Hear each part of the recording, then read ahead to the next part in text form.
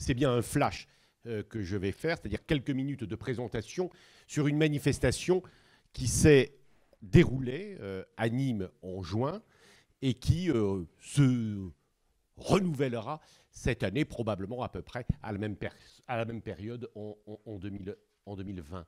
C'est un projet qui est un projet important pour la Société française de radiologie, mais également pour les journées francophones de radiologie.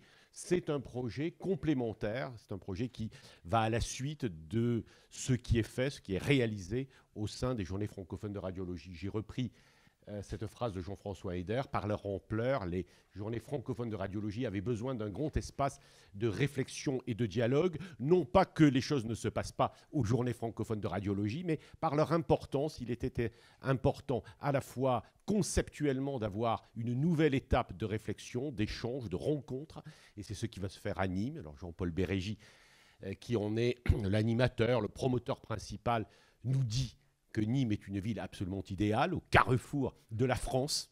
Donc voilà, c'est la raison pour laquelle nous nous rendrons à Nîmes. C'est à la fois une idée, je crois, de la part des responsables de la Société française de radiologie, de concevoir un moment qui soit un moment supplémentaire des réflexions qui sont faites au sein, pendant 4 jours, dans les journées francophones de radiologie, pour à la fois faire, pour celles et ceux qui s'intéressent à la communication, avoir un espace-temps plus vaste tout au long de l'année, et puis réellement une réunion pluridisciplinaire, une réunion qui permette d'aller sur des sujets organisationnels d'avenir, qui crée ce lien entre la science, la médecine et l'organisation.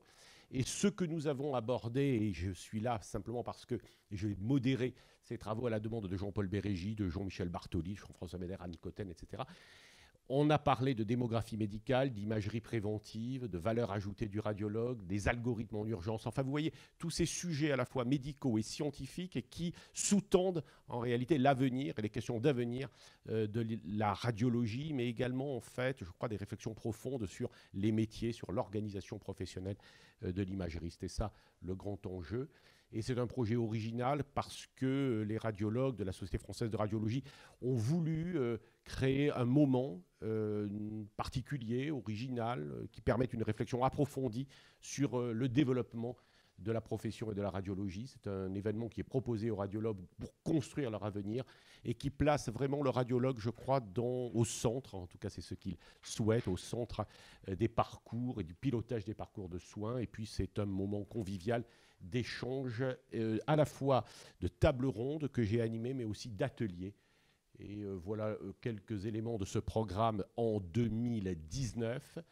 Je vous le laisse découvrir, voyez-vous, comment développer la radiologie, comment les outils d'intelligence artificielle peuvent-ils contribuer à la radiologie aux urgences, comment mettre en place des projets multicentriques, les données d'avenir économique, comment développer la radiologie, l'intelligence artificielle dans la radiologie de précision. Enfin bref, vous voyez, des sujets qui sont vraiment très au centre en réalité de la préoccupation des professionnels de santé que sont, et des scientifiques que sont les radiologues. Alors il y a un programme original également, mais d'ateliers, et ça je crois que ce sera développé. Jean-Paul Bérégy vous en reparlera pour celles et ceux qui sont intéressés. En amont de cette journée de radiologie, il y a vraiment des travaux de ce think tank de la radiologie que seront ces rencontres de printemps de Nîmes, avec une volonté vraiment d'aller au bout des grandes questions et des grandes réflexions que se posent ces professionnels de santé. Quelques photos de Nîmes pour vous inviter à suivre ces travaux. Voilà.